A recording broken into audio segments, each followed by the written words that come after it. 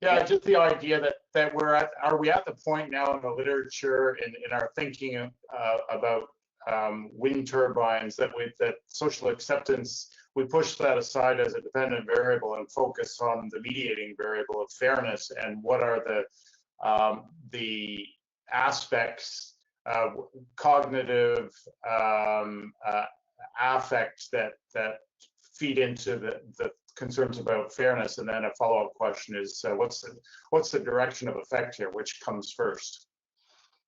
Support or lack of support, or concern about unfairness? I mean, Jamie, it's a great question. It's something I've struggled with in the couple papers that I wrote on fair process.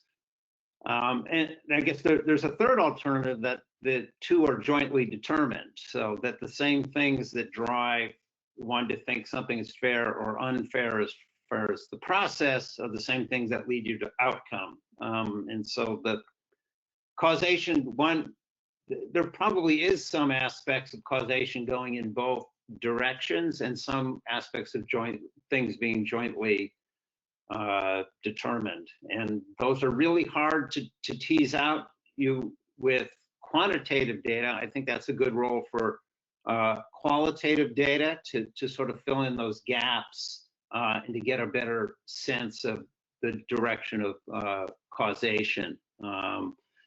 As far as the dependent variable, when we did the process paper, we looked at both what drove fairness, and we've done, and what drives outcome. And I agree with you. Their impressions of both procedural justice and distributive justice, they certainly can function as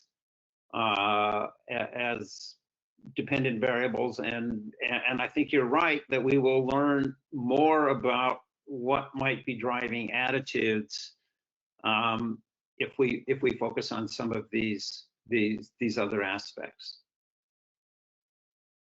Great, thanks, Jeremy. Related to that, Martin Walsing, you had a question. I don't know if you want to pose it. It's posed to Pascal, and I don't know whether it touches on Jeremy's presentation as well. Hi, you can hear me? Yep.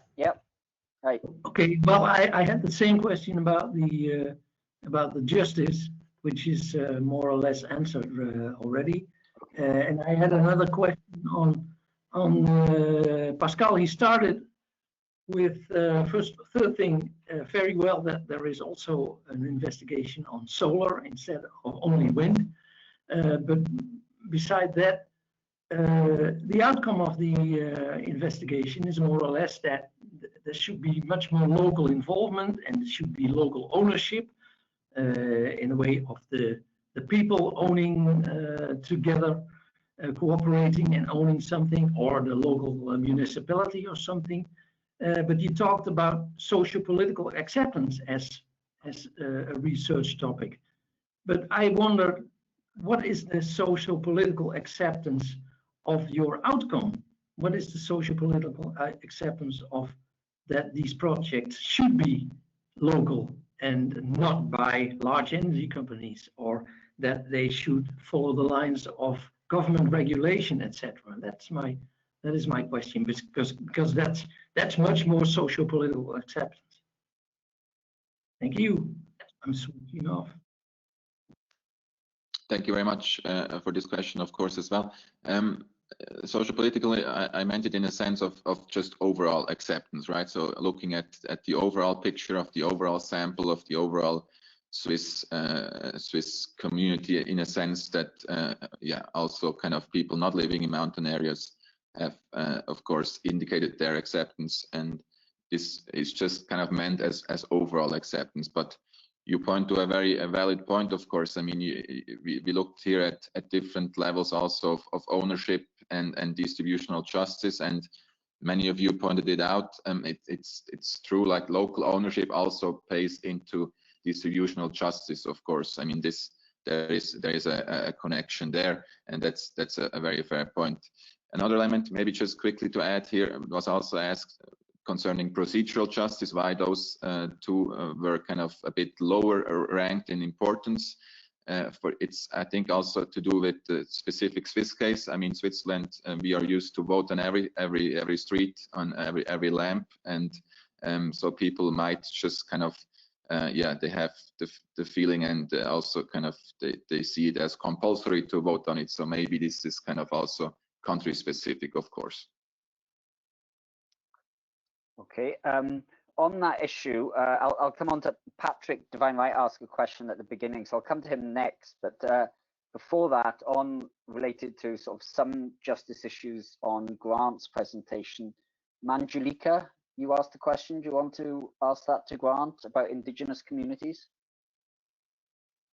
Hi. Yeah, I don't have a working camera today, but I wanted to ask about indigenous perspectives. I'm working on a project where I think that they're going to have quite a big impact, and I wanted to ask, in your research, when you were speaking to community leaders who hold formal positions, were there any indigenous communities who were involved? Were there any leaders who represent indigenous communities that you were able to speak to or get in touch with? Was that population represented, I guess, in your study? No, it was not. But if we take that broader kind of regional perspective that some community members offered, then you would definitely get some indigenous communities.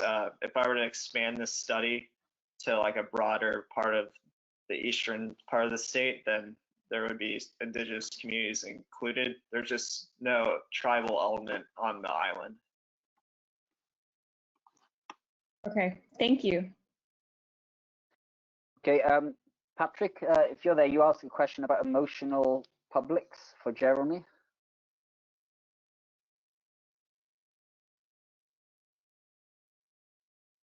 You there, Patrick? Hello, can you hear me?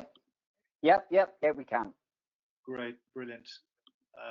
Okay, so I guess my question for you, Jeremy, was about your conclusions, really, rather than the methodology and the assumptions around cognition and effect.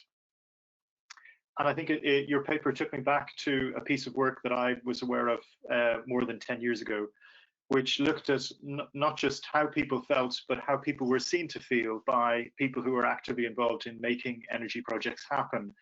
And of course, the backdrop to the NIMBY concept is the assumption that you've got irrational people who are behaving angrily towards turbines, and actually these people are a problem rather than part of any kind of solution. And I guess I wanted to bring that insight, which admittedly is from a UK perspective and a small qualitative study of stakeholders, to your implications, really, rather than your findings, and just wonder. My response, I guess, has always been to say that it's rather futile to assume that people are not or should not be emotional about things like wind farm projects. But I just wondered, what your views might be on that, and the tension between maybe endorsing or acknowledging emotions in a cultural or political context where there doesn't seem to be an awful lot of acceptance of emotional people or emotional objectors in particular. Yeah, that article is really, to me, very surprising. I mean, the developers really seem almost asleep at the switch.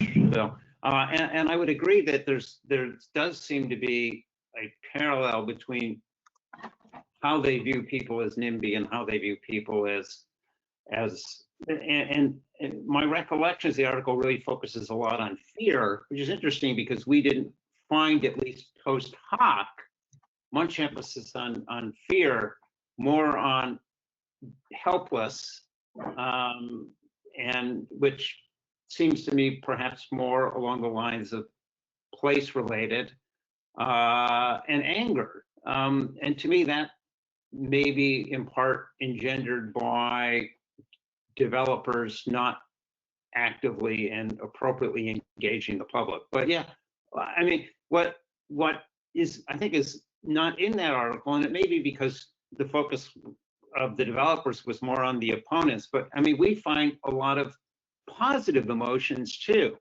And presumably the developers don't want to just sweep those aside and say, oh, we don't want, forget about the people who are prideful.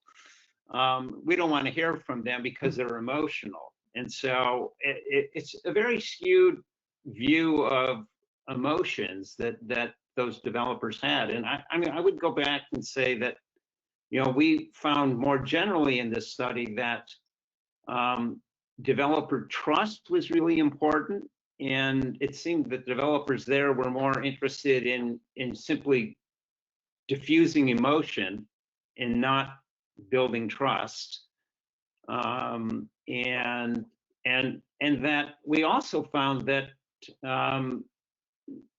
having a sense that the community had some sort of effect on the outcome of the project, be it the turbine locations or the number of the turbines that were in the project, was also very important to both positive attitude and to a belief in fair process. And so, I mean, I think the wider message is that